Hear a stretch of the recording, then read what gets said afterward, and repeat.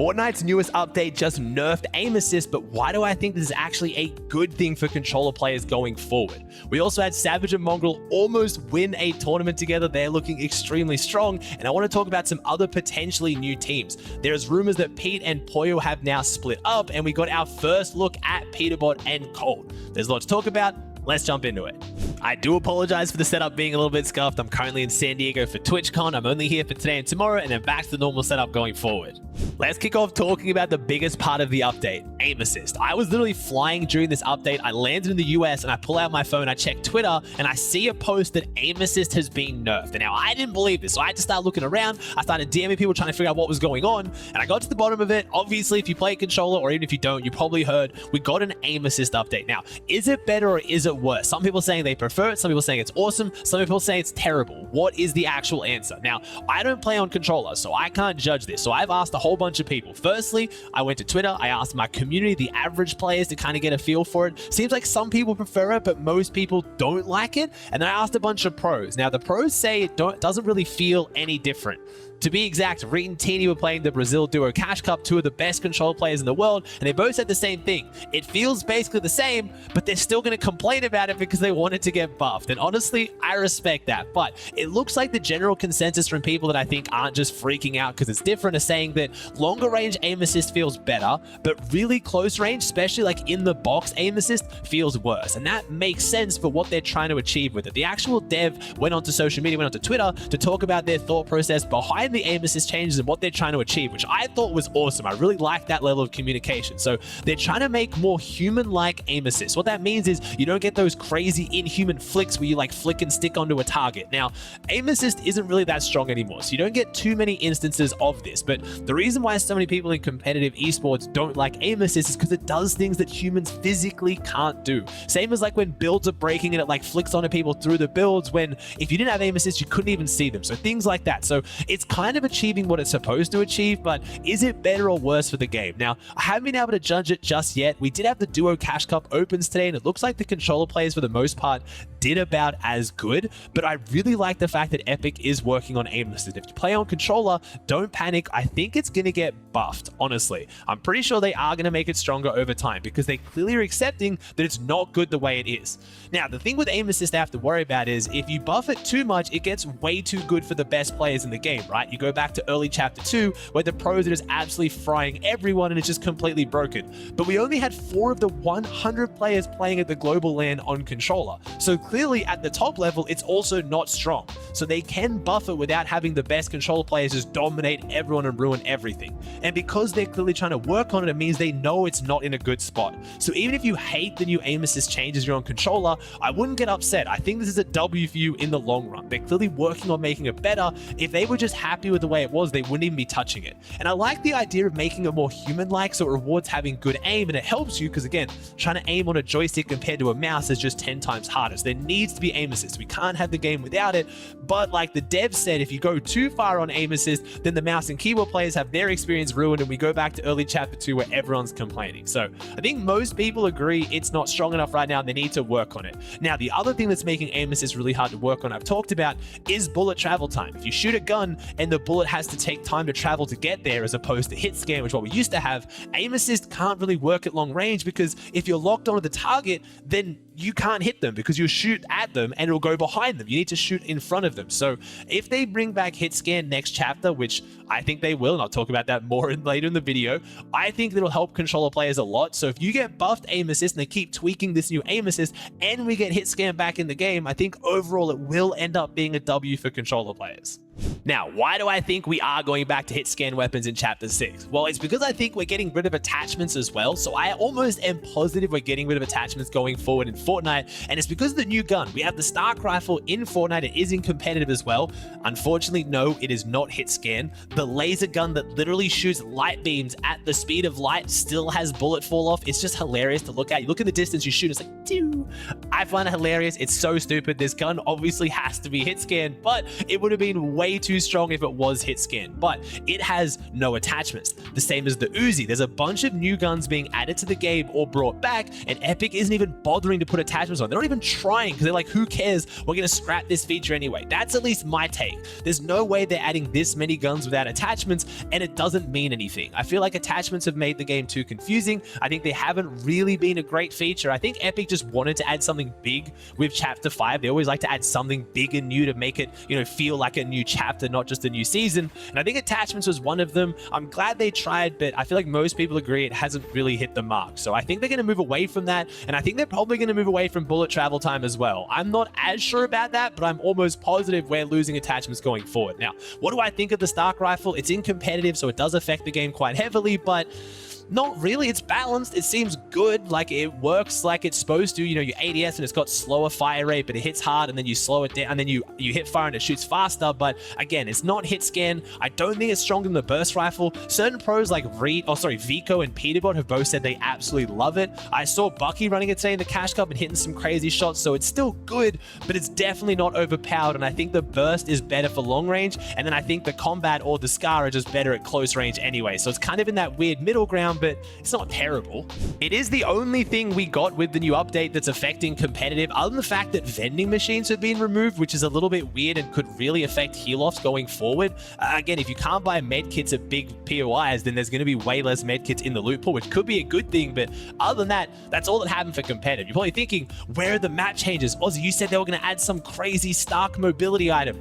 I thought they were. Honestly, I was so sure when they vaulted the jetpack coming into globals, they were going to put some kind of mobility back in the game, but they just haven't. I'm not really sure why that is. I do feel like more people enjoy competitive when there is mobility. There's no grand finals or any crazy massive tournaments, so even if it's a bit of a strong mobility that people say makes the game less skillful, I do think it would be more fun and would actually give something memorable to a season. I feel like Chapter 5, when we look back on it in a few years, is just all gonna blur together. There's no really meta-defining weapons like the hammer, like the katana, like the rocket ram, items like that. So I guess we'll see how it plays out. I personally would have loved mobility, but this update didn't add much. But there's an update coming out in the future that will. Fortnite is rumored to have a whole bunch of map changes, apparently 3 new POIs and 6 new landmarks. Now you're probably wondering, Aussie, why would they put so much effort into a mid-season update? It's not even a mid-season update, it's an end-of-season update. Fortnite usually starts leading up to Halloween. Halloween's the end of October,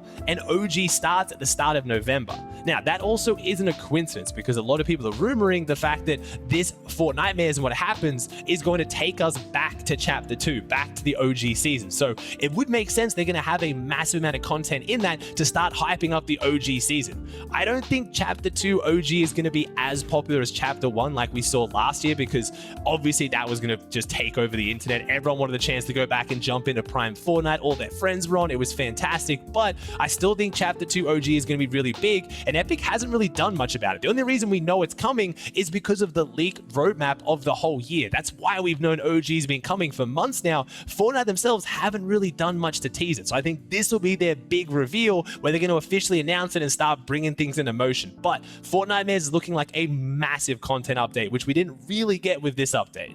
The other thing that did come in the update was some changes to Reload. Reload has been an absolute failure for competitive. It's been such a good game mode for just playing pubs and having fun, and is really, really enjoyable. The player count represents that, but in competitive, it has been terrible, and people are begging Epic to get rid of it. They're putting $1 million into a game mode that just doesn't work for tournaments, and Epic's been trying to fix it. They made the changes where they made Storm Sickness way more aggressive to try to get rid of the heal-offs, and they made the endgame last longer. They added rotating zones. Now, they've gone back on the Storm Sickness changes. They reverted it back to the old regular Battle Royale Storm Sickness. So if you take 500 damage in Storm, you'll get Storm Sickness warning. 600 damage taken, Storm Sickness goes active, just like you're used to in regular Battle Royale tournaments. But they've now added even more rotating zones and made them last longer. So the end game of Reload is going to last way longer now, which should help with the heal off, but it's probably still going to go to max heal off. Now, the Storm Sickness changes, which I did say in my video when they first added them, while I like the fact they're trying something,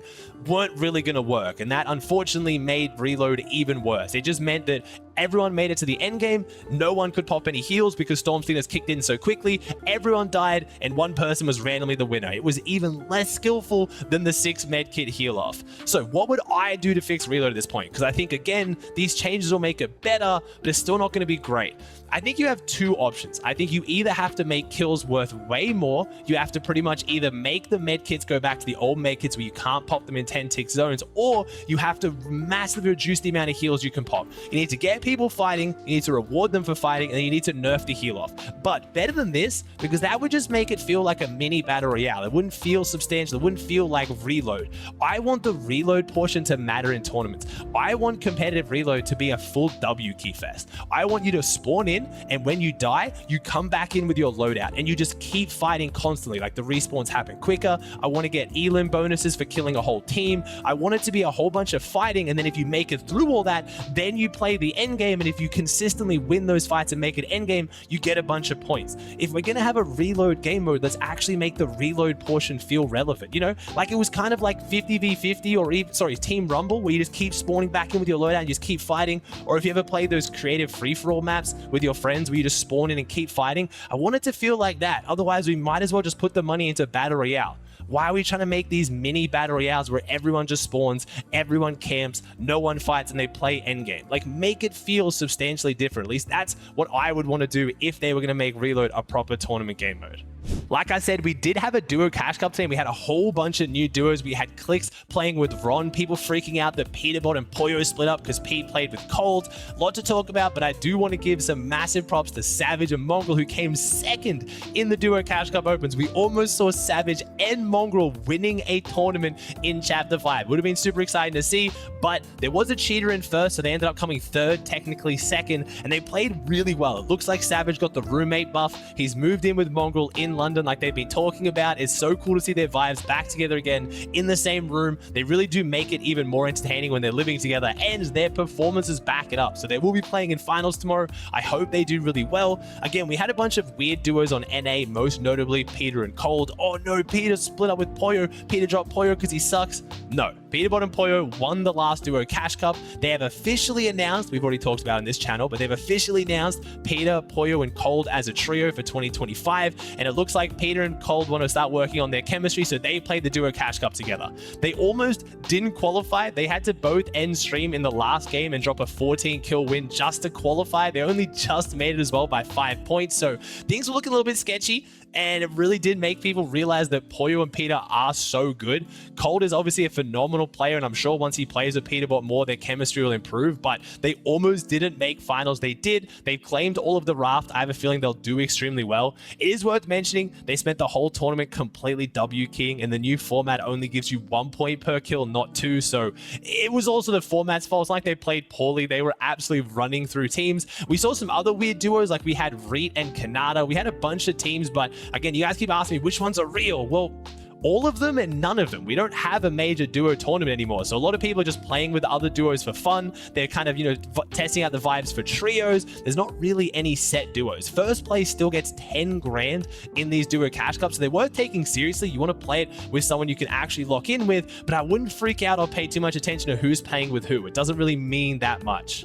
We did, however, get a trio tournament for money. It was a third-party tournament run by Dignitas. It wasn't a crazy prize pool, so I wouldn't go off this too much, but there were a few trios I wanted to talk about that as potential trios. We have been hearing a lot of Clicks, Bolts, and Rapid. They've been talking about on social media about playing together. I'm not sure whether they are locked in because Muzz actually played with Bolts and Rapid, and they won the tournament. They didn't get any game wins, which is how you got the prize money, but they were the most consistent trio in the 3 games. We also had Epic Whale, Kanata, and Sphinx come in second, which I don't think that's going to be a real duo. We had Booga, Aviv, and Aegis, though, which could be a real trio because that is Booga playing with Aviv, his current duo, and Aegis, his ex-duo. We saw Bucky, Clicks, and Reet, which was super fun for the content. I don't think Bucky is going to fill that trio role. I still think Clicks is going to play with Reet. Everything I'm hearing of that makes the most sense is Clicks, Reet, and they're going to pick up an IGL. Bucky stepped up. They did really well, but unfortunately, they didn't win the tournament. We had Rise, Threats, and Cammy, so we had some EU guys showing up, but I did want to mention